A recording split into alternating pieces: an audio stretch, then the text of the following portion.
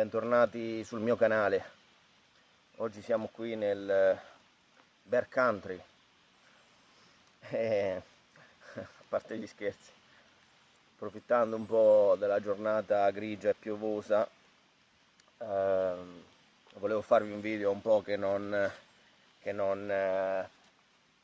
parlo nello specifico di coltelli, e quindi oggi approfitto dell'occasione per parlarvi dei coltelli. Ve ne ho già parlato in altre situazioni, dei coltelli ESI che io posseggo ormai da diversi anni, e oggi faremo un bel confronto tra uno dei coltelli della ESI e uno dei coltelli che mi piace di più di un'altra azienda, della Van Niven, e faremo il confronto tra l'ESI 4 dell'ESI, che è l'ultimo modello praticamente che ho preso, mentre invece gli altri ce l'ho già da un po', e ero stato sempre dubbioso su questo coltello, e oggi voglio darvi le mie impressioni dopo alcuni mesi che lo utilizzo, e appunto lo andremo a confrontare con il Van Niven F1, altro coltello che mi piace molto per bushcraft, outdoor in generale, un utilizzo un po' a 360 gradi del coltello. Ma prima di fare questo confronto volevo parlarvi un po' dei coltelli ESI. Al momento questi ho provato il Junglass, prima o poi vorrei provare il Junglass 2, usare, e questo qui è stato il primo ESI che ho comprato, l'ESI 6, da Thomas Passione per i coltelli, che saluto, ormai quasi 10 anni fa. È proprio stato, l'azienda era da qualche anno uscita, quindi è stato il primo ESI che ho comprato. Inizialmente non mi sono trovato benissimo per colpa delle guancette troppo squadrate, e così sono andato a modificare, diciamo, la forma del manico, a lavorarla io manualmente. A quel tempo usavo anche il Tops Tex Creek XL e anche il Tahoma, quindi quel manico squadrato ho voluto un po' modificarlo similmente a questi coltelli che vi ho citato, e devo dire che sono contento di questo risultato. L'ho stondato bene, perché prima le guancette erano troppo squadrate e mi facevano male. L'ho stondato bene, e questo lavoro ha portato anche a dare un po' più peso, spostare un po' il baricentro in avanti, in modo tale che il coltello adesso nel lavoro di chopping è anche un pochino più performante. L'ESI 6 ve ne ho parlato l'ESI 6 ve ne ho parlato già anche in altri video, ne ho specificato le caratteristiche, il fatto che non è un coltello tanto spesso, è un coltello molto versatile, che in situazione di survival secondo me è un buon compromesso in termini sia di peso, di trasportabilità che di efficacia come coltello. Ecco, di quei coltelli appunto un po' tuttofare, multiruolo, perché comunque riuscite anche a fare lavori un pochino più fini, riuscite a cioppare un po', che personalmente in una situazione dove ho un unico strumento è un aspetto che reputo utile, perché mi fa risparmiare un po' di tempo piuttosto che battere o con un bastone sul coltello. Il fatto che abbia un po' di swing, quindi di capacità di cioppare, è una caratteristica che a me piace molto. Il fodero, che ho anch'esso modificato, comunque fornendolo della patch dove posso ospitare un kit di sopravvivenza, fornito anche con acciarino. oltre al manico, come vedete, la lama è stata ampiamente usata, 10 anni che ce l'ho più o meno, l'ho usato intensamente. Alzo un po' il volume perché sta piovendo e magari non riuscite a sentire bene. L'ho usato ampiamente e praticamente ho tolto la copertura e ho praticamente portato il bordo a 90 gradi, rendendolo squadrato con una semplice lima, con pochi passaggi. Sento molti youtuber, comprese anche alcune recensioni di canali importanti, lamentarsi molto sul fatto dei coltelli ESI che hanno la copertura e che quindi secondo loro non sarebbero dei coltelli da sopravvivenza, perché un coltello da sopravvivenza deve poter raschiare il fire steel. Diciamo che questa è diciamo una caratteristica che è venuta fuori da quando si è iniziato a far vedere il fire steel eccetera, e quindi, perché altrimenti prima ci si organizzava con fiammiferi, accendini eccetera, e comunque sia, in caso estremo, anche se è sconsigliato farlo, comunque una piccola parte del bordo del coltello riesce comunque a generare scintille. Parlo in una situazione estrema. Se vado a fare la grigliata, il campeggio con gli amici, se mi voglio dilettare e apprendere un pochino la tecnica, che poi non parliamo di nulla di esagerato, allora sì, accendo col fire steel, ma se devo divertirmi con gli amici, un fiammifero o un accendino, secondo me non c'è alcun bisogno di, poi sapete come la penso, ne ho già parlato, di consumare 10 euro di fire steel quando con un bic da 1 euro vi fate tutte le grigliate, tutta l'attività che volete. Comunque sia uno strumento che è bene avere come strumento da sopravvivenza e di backup, no? E comunque sia è uno strumento che è bene poter saper usare. Quindi ho portato questa modifica, che quindi ripeto, secondo me valutare la bontà di un coltello solo dal fatto se abbia la spina a 90 gradi è una mezza cazzata, scusatemi il termine, perché alla fine la spina a 90 gradi, se proprio la volete, la fate, o comunque sia è una caratteristica di finiture del coltello, non è una caratteristica intrinseca del coltello.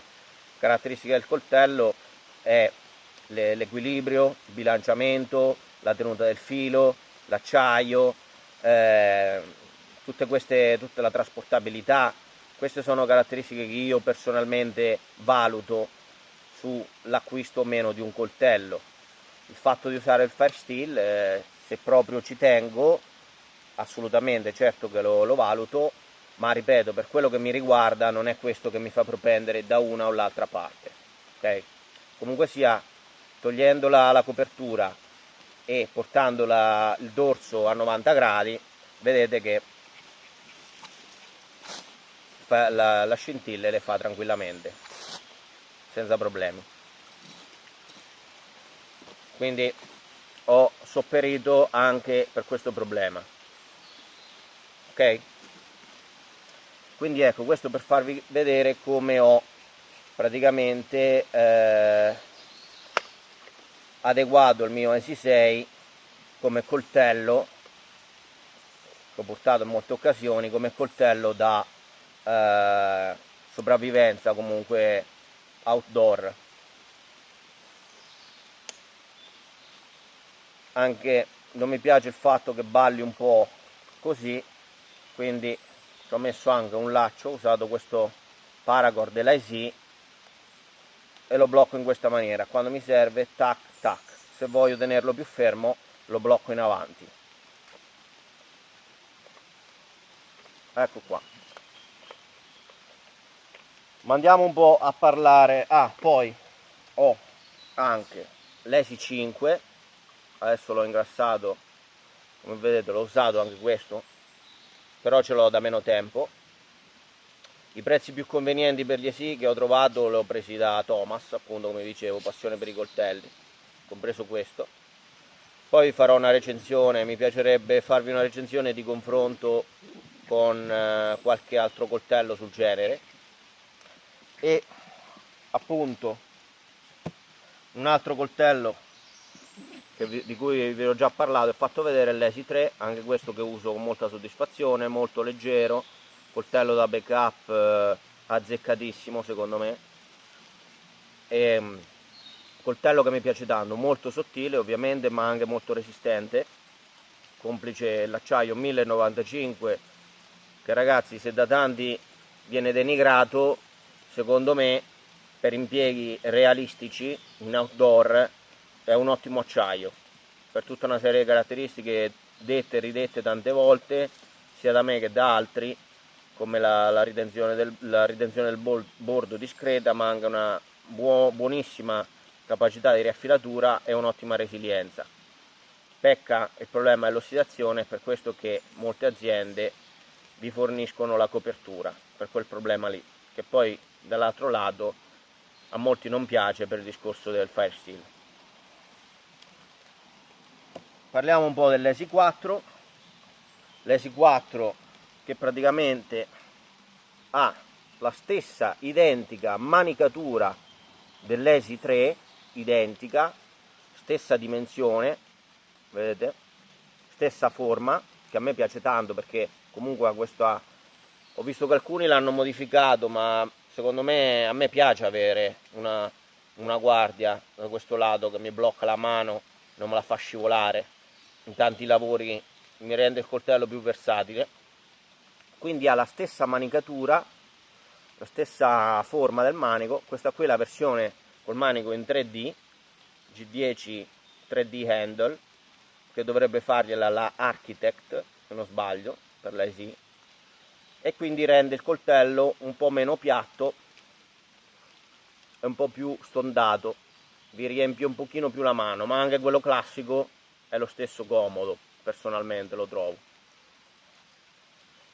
La lama è più lunga, parliamo di circa 1 centimetro, è una lama di 11,4 centimetri e qui siamo intorno ai 10 centimetri scompreso, parlo della fine della guancetta, quindi non del tagliente. Il tagliente dovremmo essere sui 90-95, qui siamo su 11,04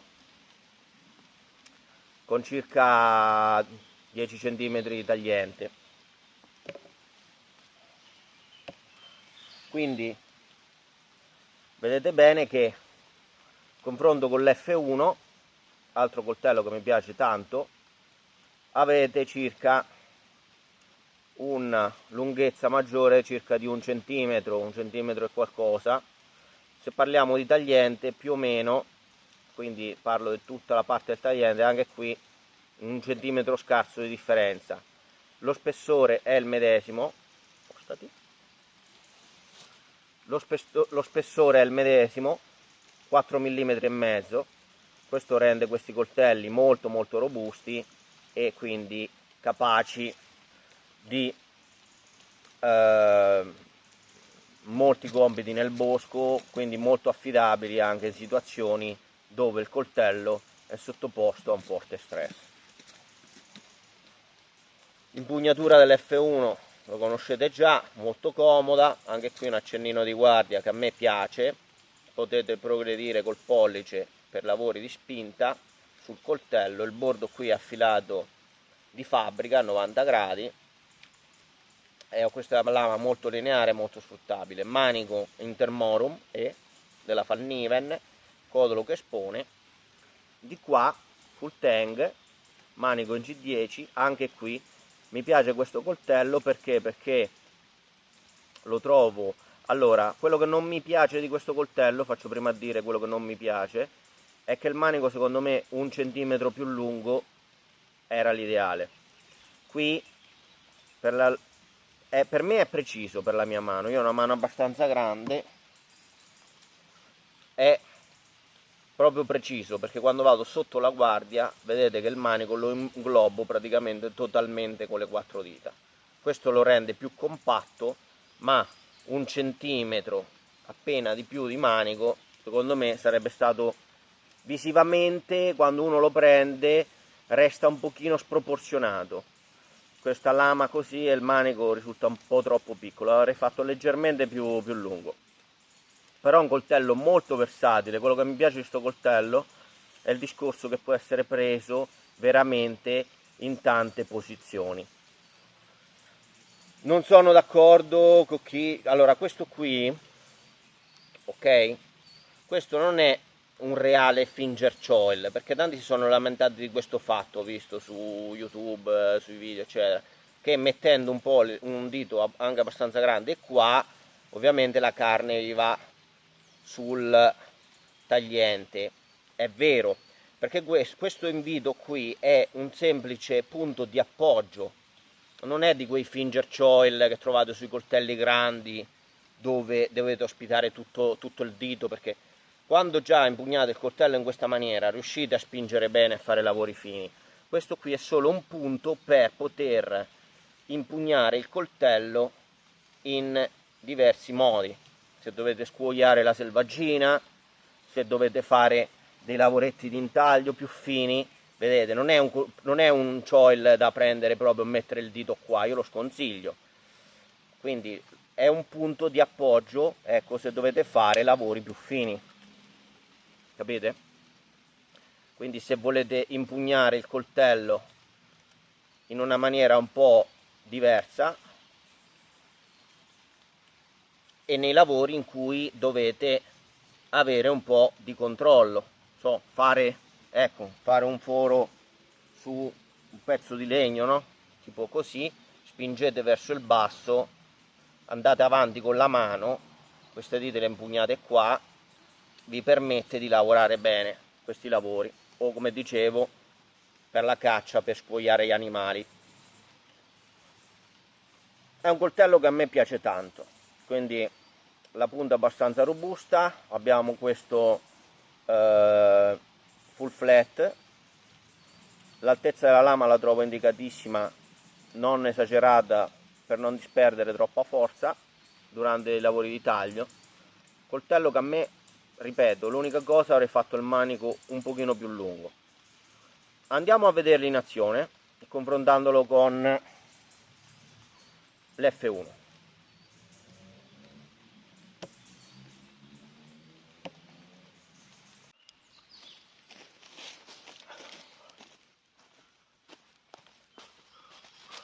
Allora ragazzi, qui c'è questa pianta a terra da sezionare e andremo a fare questo lavoro sia col Falniven che con l'Esi4.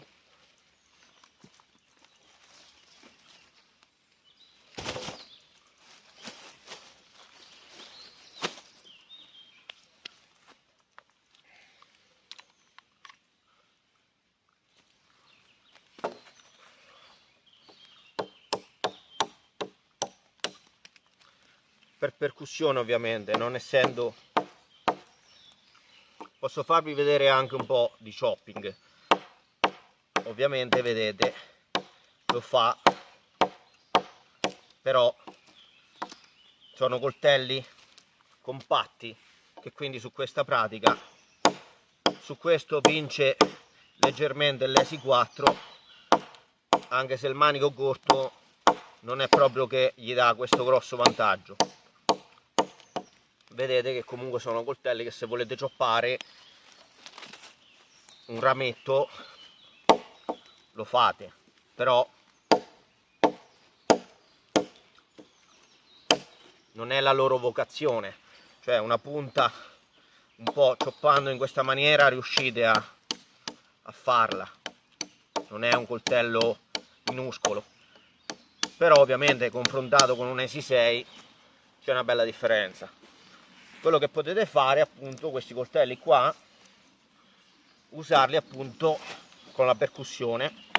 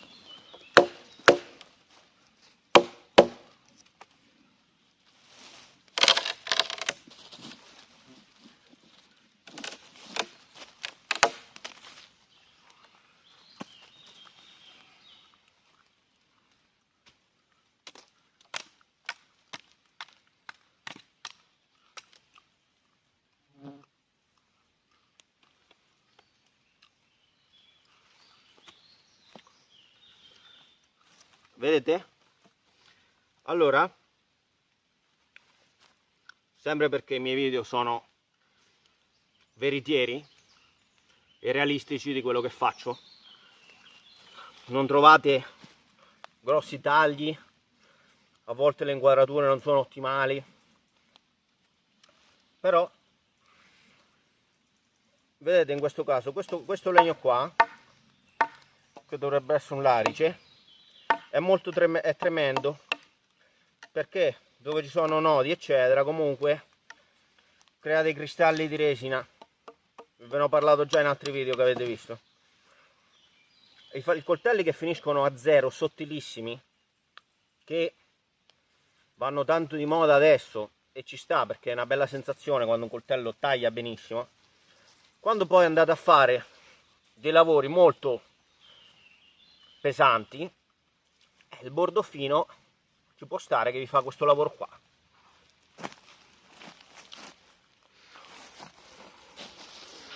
Vediamo se si vede.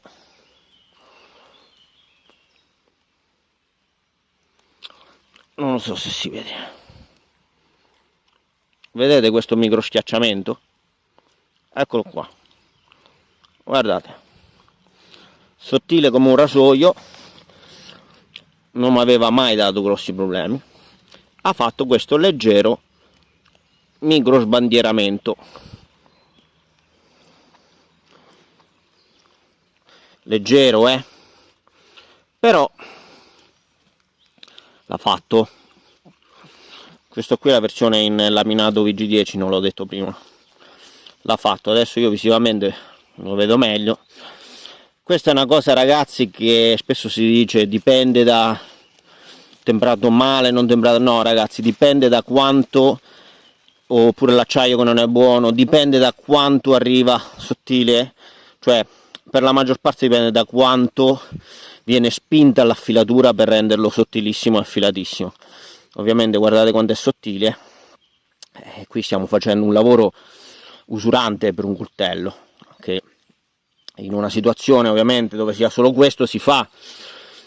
Se proprio uno dice voglio mettermi alla prova, fare sopravvivenza con un coltellino del genere, perché per me coltellino si tratta, ok? Dopo ci sarà qualche altro esperto di natura selvaggia che dirà che i coltelli da sopravvivenza veri sono quelli da 8 cm, come vi pare. Per me è un coltellino. Di sicuro se dovessi scegliere di passare una settimana nei boschi con solo un coltello non sarebbe questo, nonostante mi piacciono molto i coltelli, nonostante secondo me l'abbinamento di un coltello di questa dimensione con altri strumenti sia la cosa ideale. Andiamo a vedere l'ESI 4.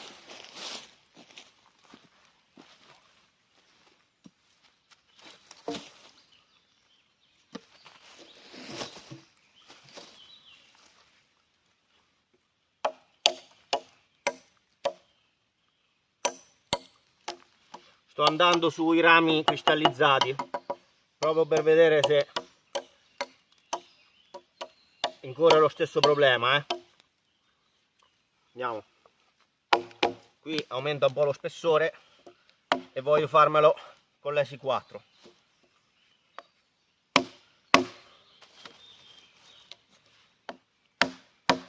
Ovviamente rispetto al 3, il fatto di essere più spesso vi dà maggiore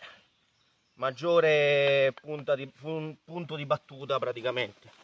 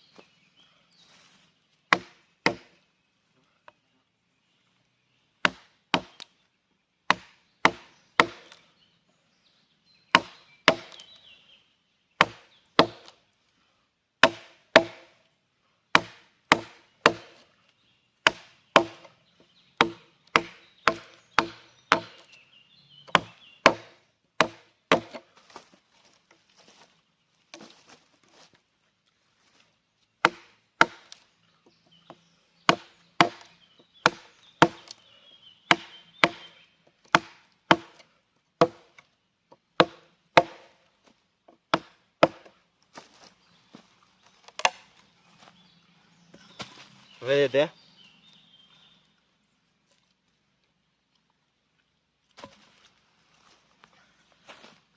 Vediamo il filo dell'S4. Qui ragazzi danni non ce n'è. È un filo un pochino più spesso dell'F1, c'è da dirlo. Finisce meno a 0, rimane un po' più cicciotto. Sul lavoro fino è un po' meno incisivo, non vedeva quella proprio un rasoio. Però ragazzi, cioè questi lavori qua sono lavori che personalmente li faccio solo con un coltello così piccolo, se mi voglio mettere alla prova, se comunque mi trovo appunto in una situazione dove ho fatto un'uscita di un giorno e devo farmi un riparo, devo processare della legna con un coltello del genere. Ovviamente se parto organizzato per un po' di giorni o porto un coltello più consono allo spacco, il taglio del legname, quindi anche col chopping, o porto un coltello del genere accompagnato con un'accetta.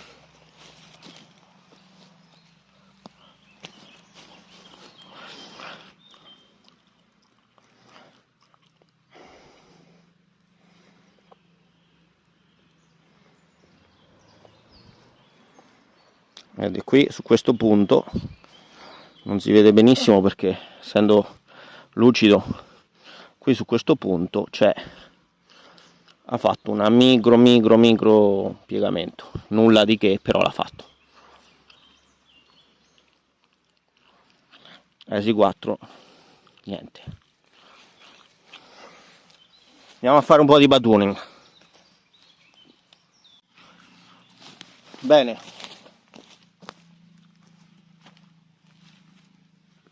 andiamo a fare un po', a dividere un po' questa legna anche nel batuning, a fare delle sezioni. Vediamo come si comportano.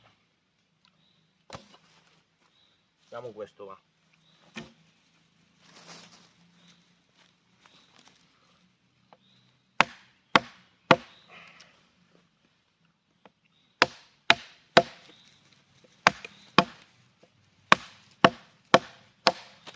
Spaccato anche il battacchio.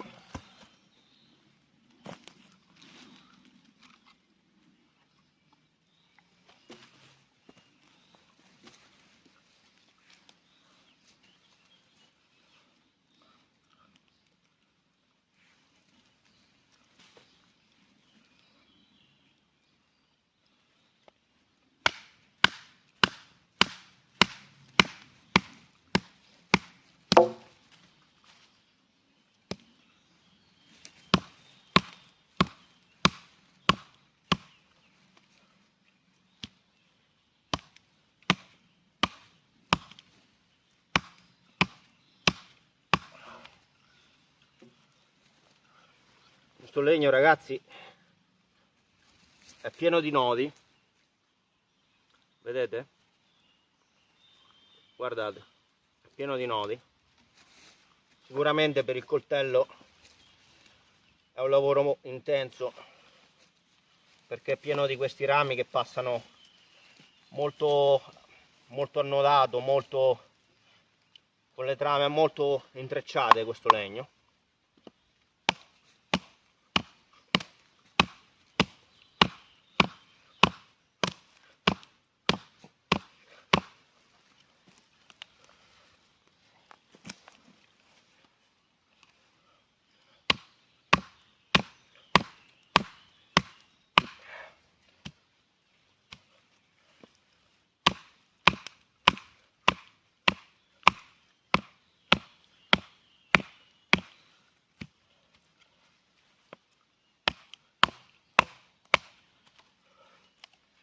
Guardate,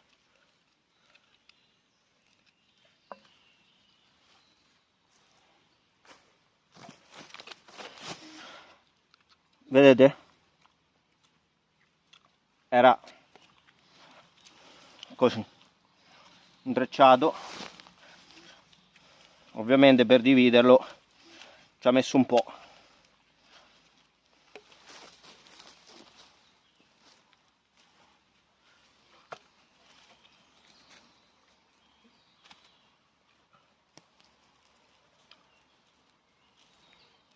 La lama scotta, il danno era stato il medesimo.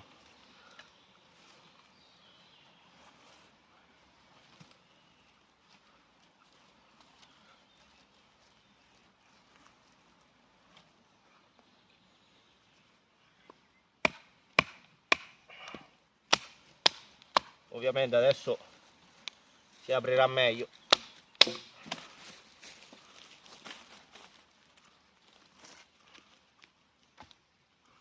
Andiamo a provare l'ESI 4.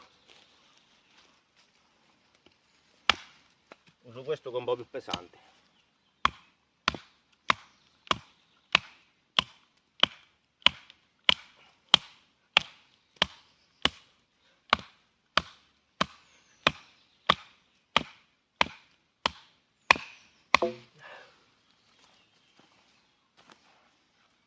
Vedete come gira?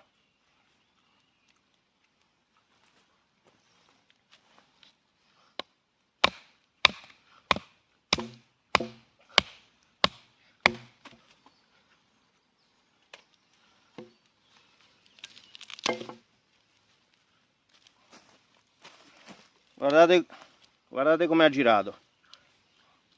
Guardate. Parte da qua. Guarda, una spirale proprio. Per farvi capire a quale forze in questi lavori è sottoposto un coltello. Quando trovate legni più che duri, con le fibre intrecciate e resinosi, sono i peggiori. Perché un faggio duro lo aprite molto meglio rispetto a questi legni fatti in questa maniera.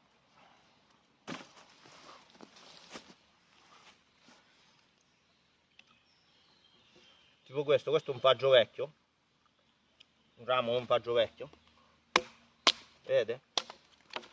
Lo spaccate molto meglio.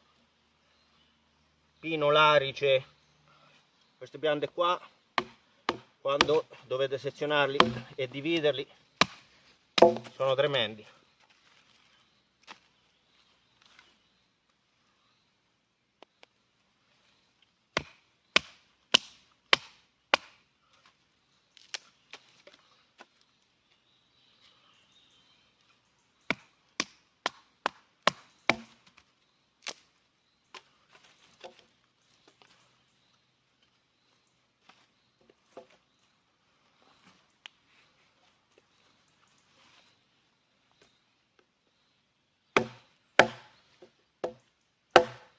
L'F1 entra, essendo un po' più fino al filo, entra meglio.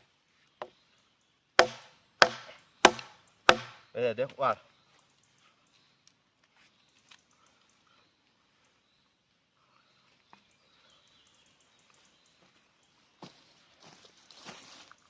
L'ha tagliato di netto praticamente.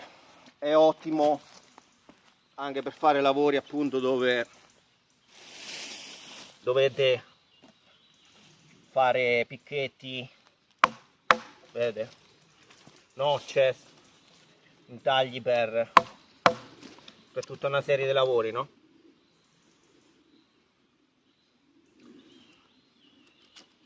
Taglia molto bene, veramente è un rasoio, vedete, nonostante piccolo danno riportato. Essendo una lama molto corta si controlla molto bene e asporta tanto materiale, vedete, tantissimo. Full convex, asporta tanto materiale, vedete.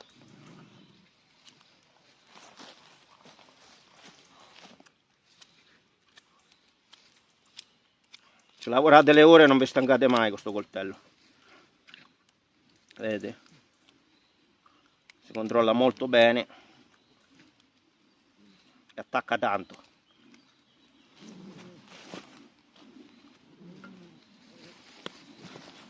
S4 anche lui taglia abbastanza bene, anche se per questi lavori un po' meno dell'F1,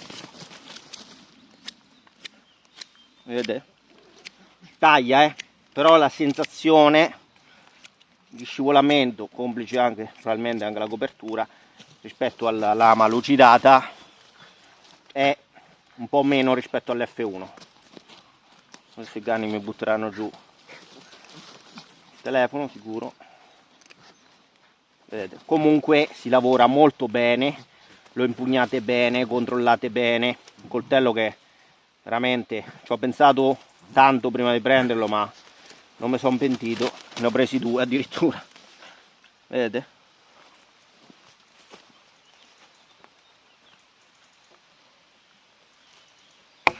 Anche questo ottimo per fare lavori,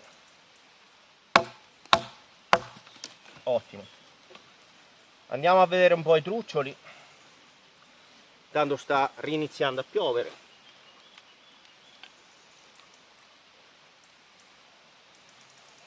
S4, buon controllo ragazzi.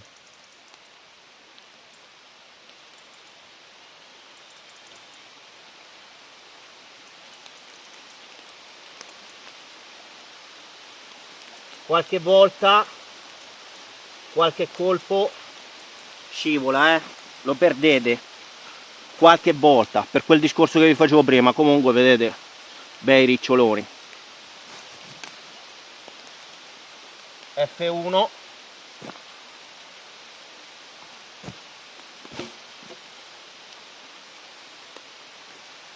decisamente più aggressivo, vedete quanto materiale per questi lavori fini, è fantastico, morde di più, non c'è niente da fare, cioè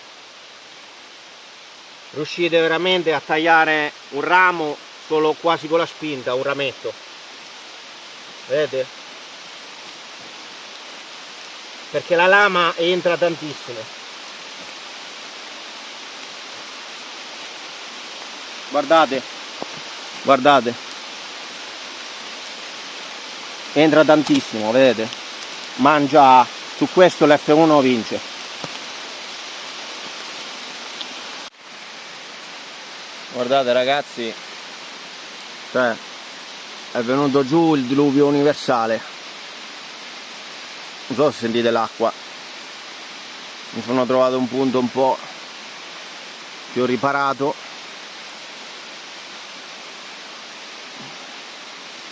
sperando di stare tranquilli qua.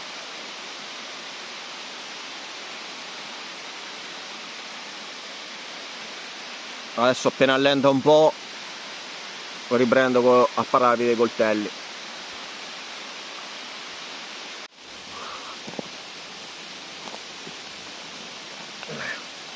Allora ragazzi, Scusate, ma tengo la telecamera bassa per tenerla più vicino e per potervi far vedere.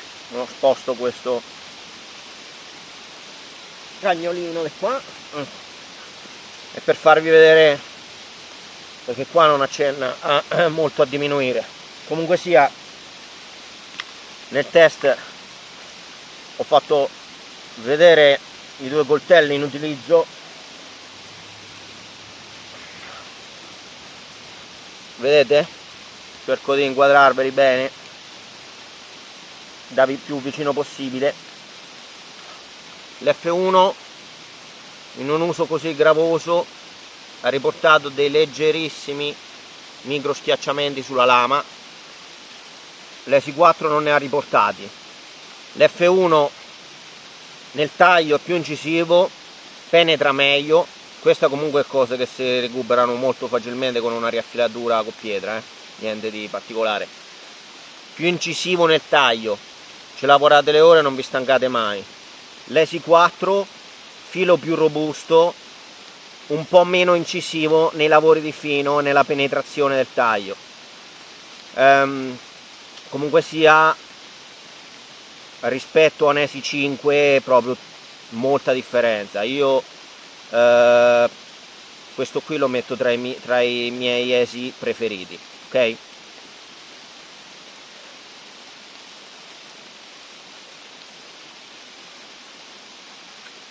Qui abbiamo due acciai differenti, un 1095 al carbonio con un laminato VG10.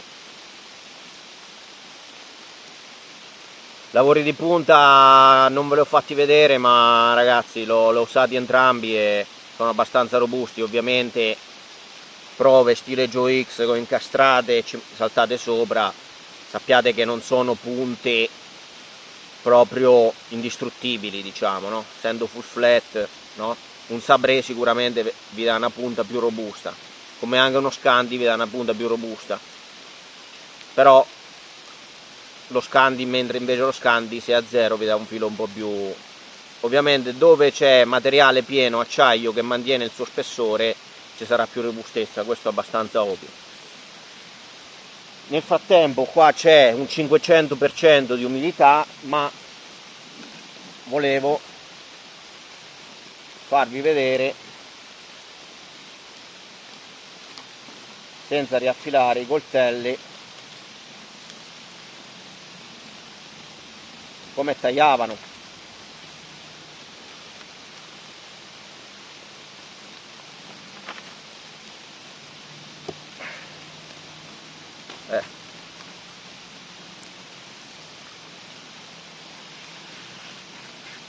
Taglia ancora abbastanza bene. Ecco, vedete, qui è dove c'è il micro schiacciamento, lo vedete qua, è qua, micro proprio, Un lavoro del genere lo feci diversi anni fa con un Bravo 1 e si sbandirò molto più di questo, sempre per lo stesso discorso.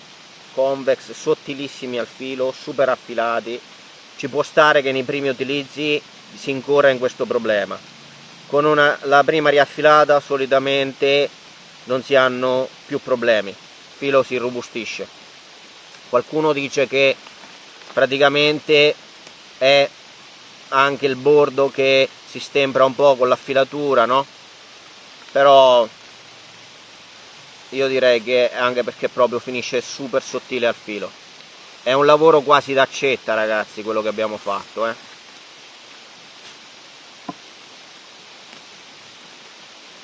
S4.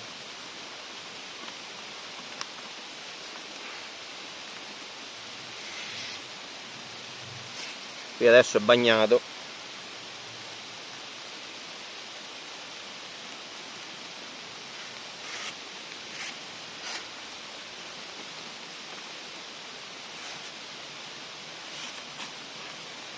Questo, ragazzi, con una stroppata torna al rasoio proprio.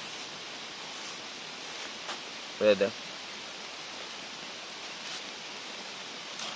Ovviamente si è bagnato un po' anche il foglio e scivola meno.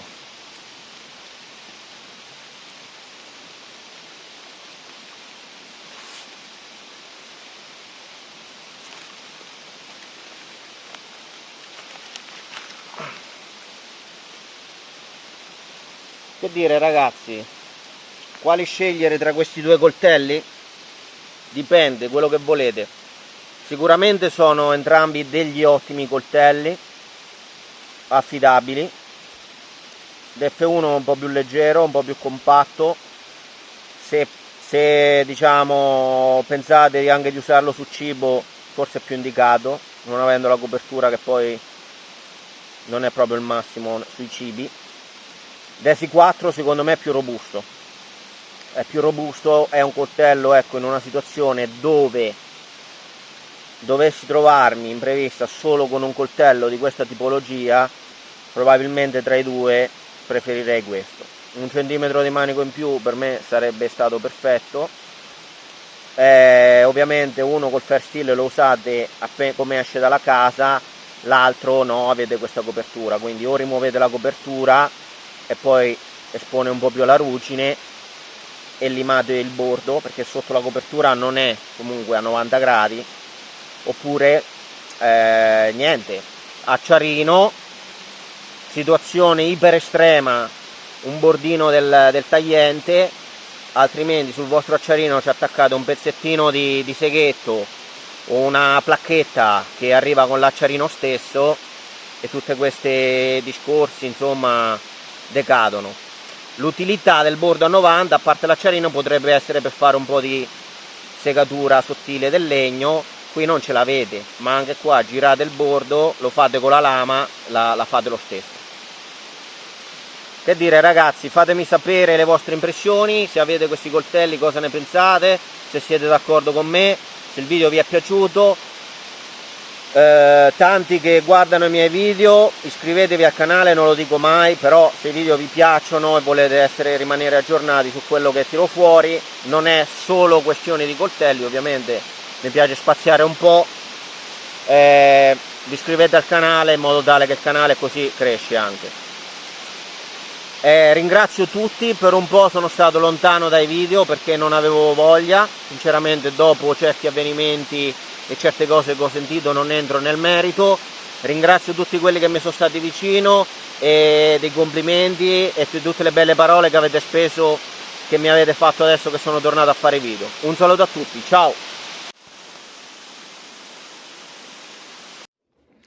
Allora ragazzi, eccoci qua, coltelli tornati dal bosco, avete visto usati in maniera intensa, ok? Esi 4 non ha riportato danni. Vi invito a notare comunque le differenze di spessore al filo. Ovviamente dalla videocamera è difficile farvi vedere, comunque questo è l'Esi 4. Vedete proprio qua, si sente anche che ovviamente lo rende un po' più robusto sicuramente. E questo è quanto arriva sottile l'F1, lo vedete qua. Ovviamente questo contribuisce alle sue caratteristiche di doti di taglio, insomma.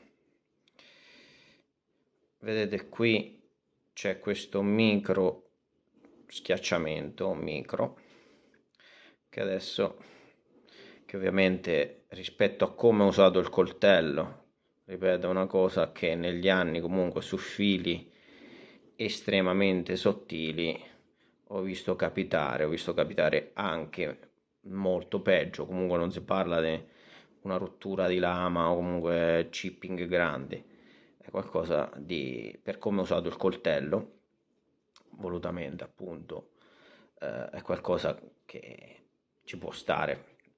Solitamente dopo le prime riaffilature scompare. Vediamo un po'. Vedete qui, ma il coltello, come vedete, continua a tagliare, è qualcosa veramente di lieve.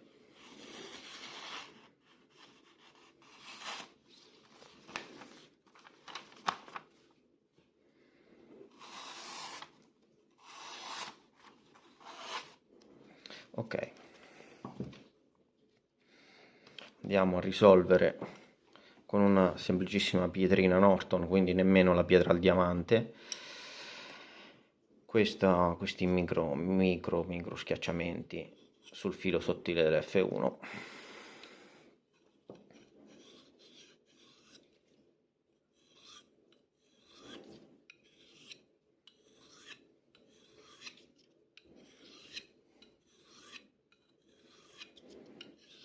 Avete visto come ho usato il coltello comunque.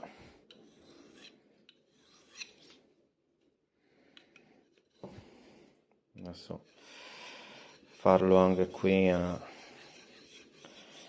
senza usare pietre al diamante o cose troppo aggressive, comunque non ce n'è bisogno perché è qualcosa veramente di irrisorio che si recupera veramente con poco.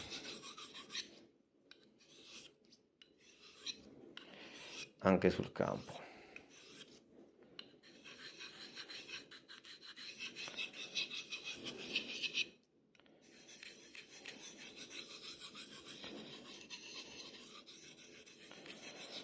Solitamente appunto con una riaffilatura di questo tipo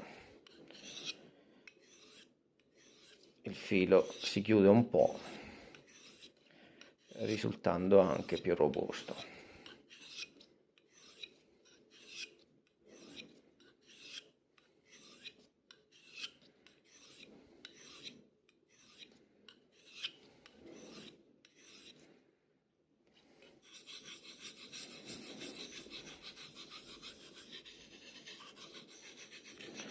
Ovviamente coltelli così compatti sono anche più gestibili in fase di riaffilatura.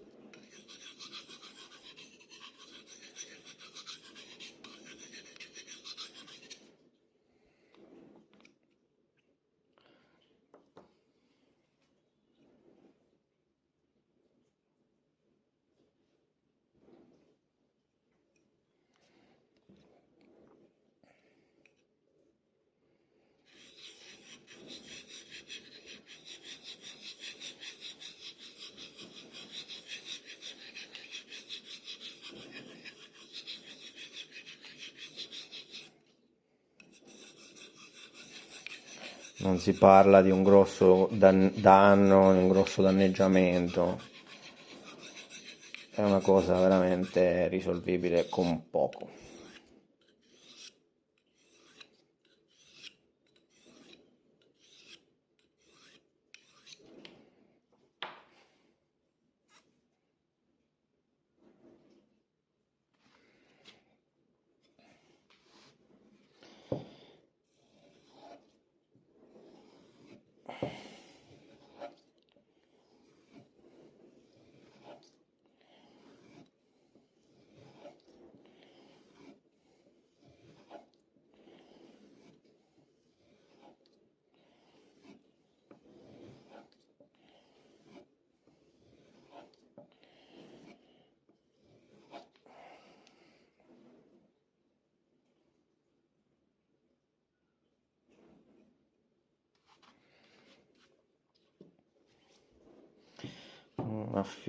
Lieve, ma da C4 in realtà non ha neanche bisogno, però do giusto una ripassatina anche a lui.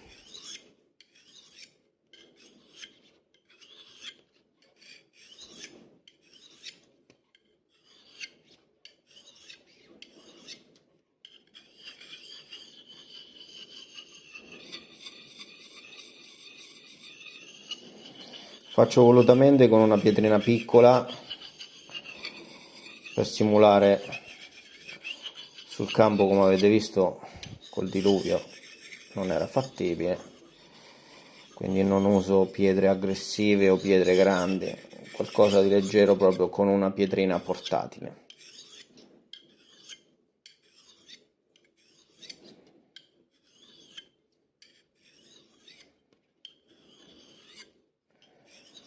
Comunque sono due acciai che si riaffilano molto bene, si riavvivano, perché poi alla fine è un riavvivare, non è un affilare proprio da un danno chissà di che entità.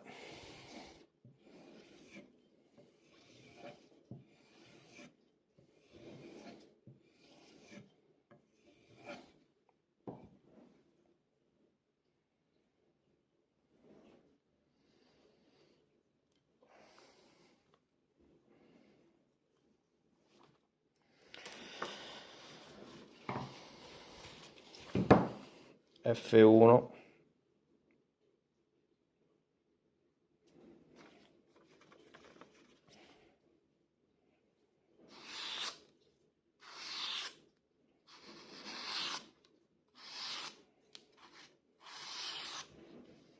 direi che taglia.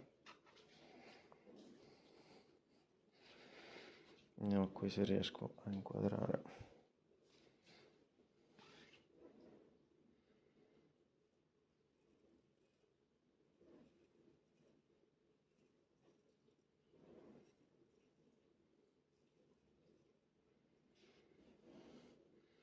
Cosa dite? Non riesco a mettere benissimo a fuoco, però direi che taglia, ragazzi. Il coltello si è ripreso benissimo, nonostante l'uso gravoso a cui è stato sottoposto. Esi 4.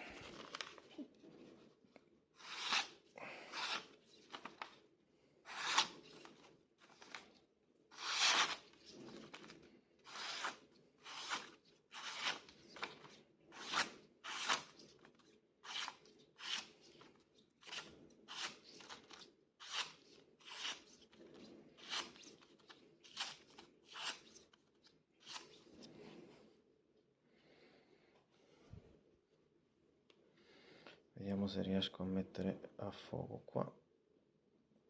Ok.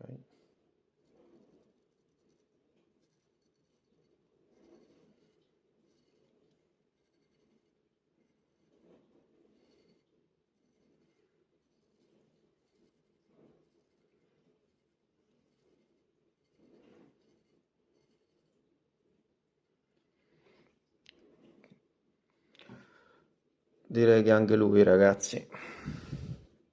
2 coltelli riportati a rasoio, con pochissime passate. 2 ottimi coltelli a parer mio. Questi micro schiacciamenti su fili così sottili è una cosa che ho visto capitare, ma ho visto molto di peggio, vi dico la verità. Ho visto molto di peggio, quindi non mi preoccupa assolutamente.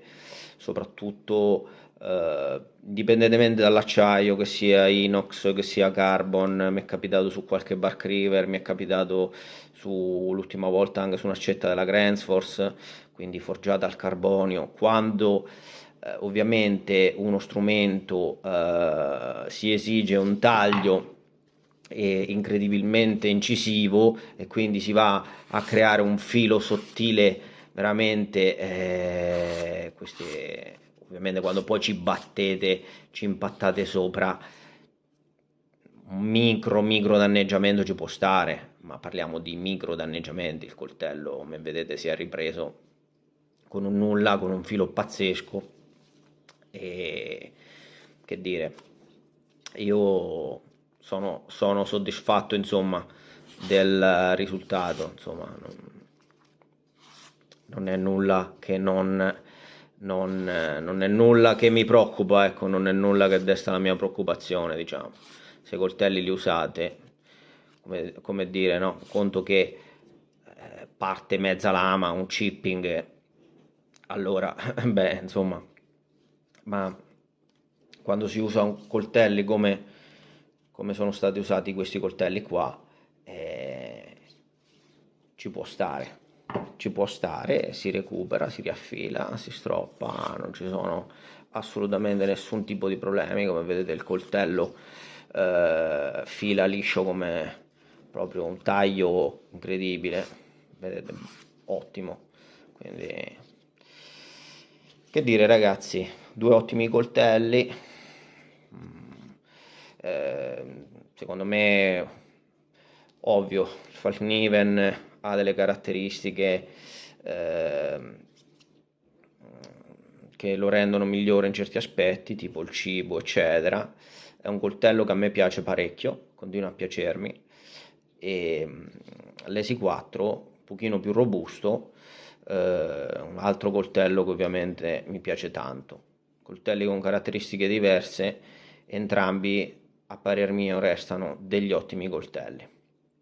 Che dire, ragazzi, vi ho fatto vedere anche la riaffilatura, la condizione del filo dopo il test, la condizione del filo dopo una breve riaffilatura, stando semplicemente un po' attento agli angoli dei coltelli, e 2 stroppate fatto in diretta. Avete visto come i coltelli tagliano dopo la giornata, dopo il test che abbiamo fatto, dopo i colpi che hanno preso. Spero che il video vi sia utile, ci vediamo presto al prossimo video, un saluto a tutti.